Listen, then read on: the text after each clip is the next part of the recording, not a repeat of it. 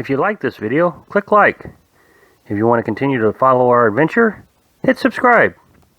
Your support would be greatly appreciated. Hello, Little House on the Road subscribers and followers. I keep getting a question. And it's a variation of the question, but essentially the question is, what is the worst part of this? Or has there been a bad part? Or, what's the worst thing that's happened so far?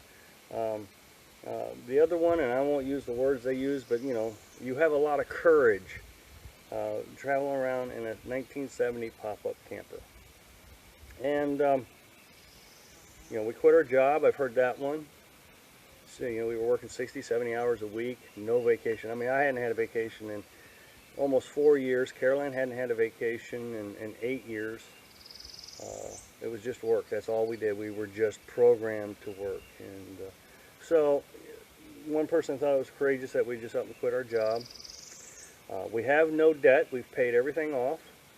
We have a little bit of savings, and we're trying to earn income through social media. I do a little bit of programming on databases, so I get jobs here and there. But I don't think we're going to need a lot of money. We've been at this 3 weeks now, and I'm going to do a budget once we're done with this little expedition and share with you. But I think we're only up to $300 in 3 weeks, so that's food, gas, and we drove all the way from St. Louis to Florida, and we're just not spending money. But what is our fear? What's the worst thing that's happened? That's the question. What's the worst thing that has happened? Nothing. Everything has went well. And I think that's due to our planning. We thought everything out. The camper was well thought out, how we wanted to do it. One of the inconveniences that we had, we put a shower in, and that didn't work out so well. The shower functionality, the water getting to the, heated water getting to the shower worked great, but it was just too cramped inside there to take a shower. So we bought a shower tent for $44. And that has worked out well. And we moved our compost toilet into it also. So it opened up 2 spots for us. Worked out really well. So as far as how the camper worked out, that was the only thing that didn't really work. The thing that I struggle with is the fear of the whole thing. My whole life, I've had a plan for everything.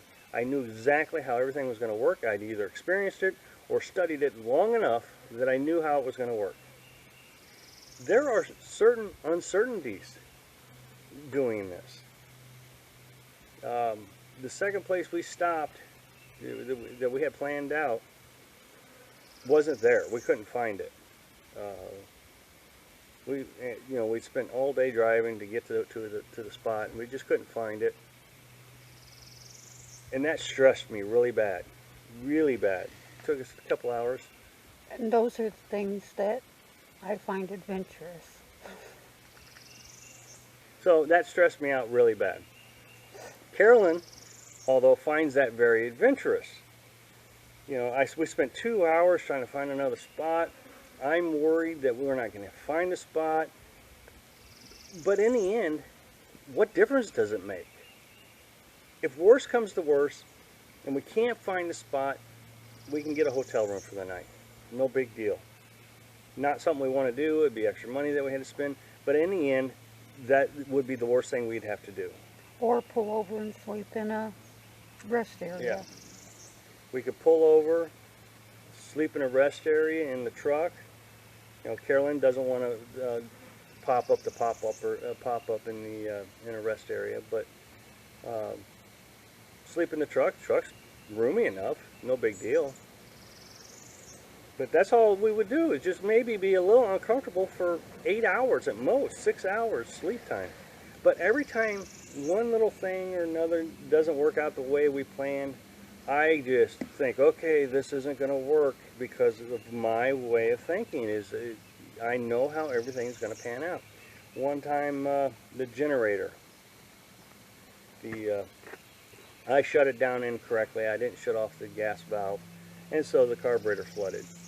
No big deal, but trying to figure that out, it took 15 minutes to figure out what that was. I just knew the whole adventure was going to be ruined. Could not deal with it. Well, we're going to go buy another generator. We're going to take this one to the mechanic.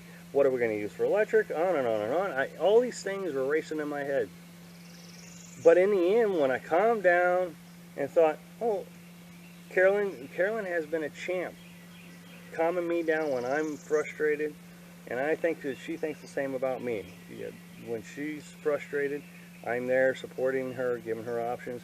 But in the end, all we had to do is go to a paid site for electric. Really no big deal.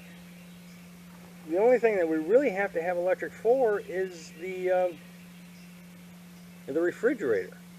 The other thing, if all worst came to worst and we had to, and it would have been a little extra cost, we could have plugged the truck up to the camper and got a little electric. So nothing is a worst case scenario. We have backup plans. It's a $600 camper. If it doesn't work, it doesn't work. See if we can sell it real quick. Take it to a junkyard. It doesn't matter. It's just, we'll figure something out. So, no, the worst thing about the whole thing is the unknown for me.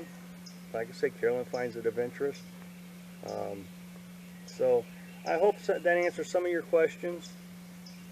I've talked about having little segments of safety and different things, and so if you guys have questions, how's it going? What are we doing? What's security? Let me know, and I'll try to do a segment on it.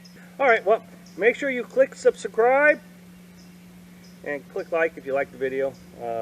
Your support is greatly appreciated. So thanks for watching. Happy adventures, happy travels. See you next time.